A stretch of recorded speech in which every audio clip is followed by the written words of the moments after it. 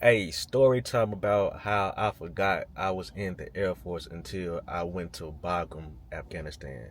Let's get into it, bruh. Hey, so look, contrary to belief, being in the military, well, I'm gonna just say, being in the Air Force is chill as hell. You know what I'm saying? I know people may think that it may be shoot 'em up, bang, bang every day, but in reality, it's not. It's really it's a 9 to 5 everyday government job.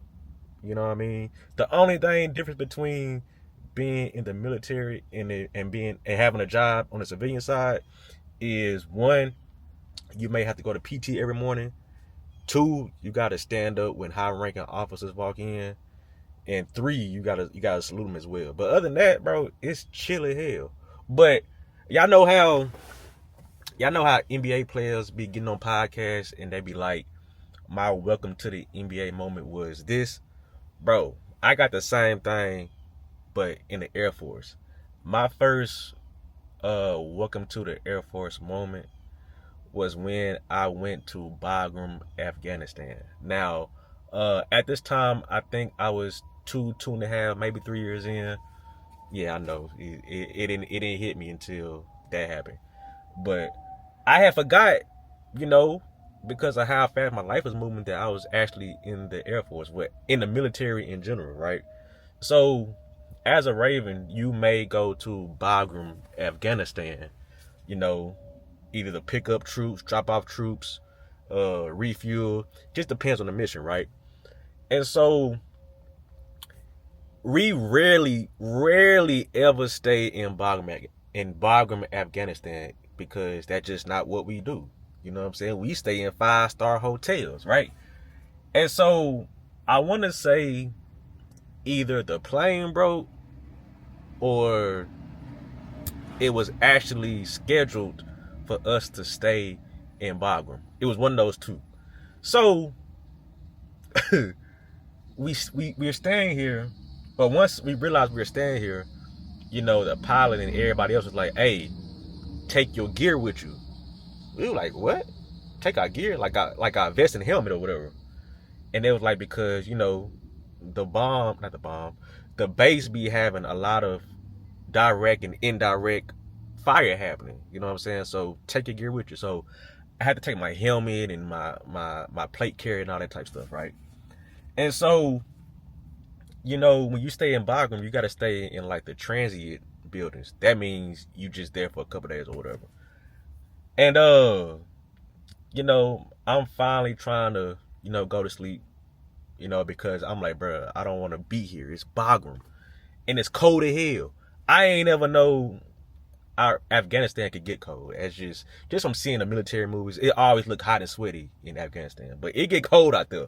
So we fall asleep or whatever, and then you just hear these sirens go off, and the building is like kind of like shaking or whatever. And so everybody getting up and like scrambling, putting on their gear or whatever, and taking cover and this and that.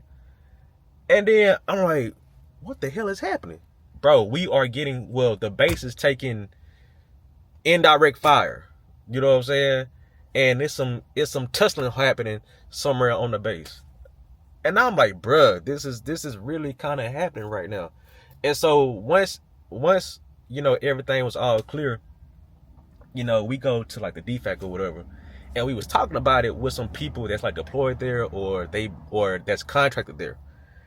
And we was sharing that how and what we was doing, and the dude was like, "Oh, that's normal here." You know what I'm saying? Like, we be chilling, and we be like, "What you mean y'all just chilling?" They were like, "Yeah, we got our gear stuff on and we got our weapon, but until the threat is actually presented to us, this just another everyday thing that happens in Bagram. It's just another day." And bro, my mind was blown because I'm thinking we getting ready to go to war on Bagram Air Force, not Air Force Base. Is it Bagram, Afghanistan? And we think we finna go to war, but nah, that's a random occurrence that happens out there. And ever since then, I'm like, yeah, bro, I gotta stay more on my P's and Q's, because, you know, this is what is a part of, you know, military lifestyle. You may experience, you know, indirect fire at the location you're at. And then one dude was like, bro, I slept through that shit because it happens every day. And I was just mind blown. And so I was like, yeah, I am in the military. So this does happen. So that's a quick little story about, you know, my welcome to the military moment. Because, you know, some people think that it's all sweet, even though it is. But most times, well, sometimes that it do get a little crazy. You know what I'm saying? So if you're getting ready to go to the Air Force, bruh, and you go into a base such as Bagram that be taking a whole lot of indirect fire sometimes, just know that this is just what part of the job we signed up for, we volunteered for. You know what I'm saying?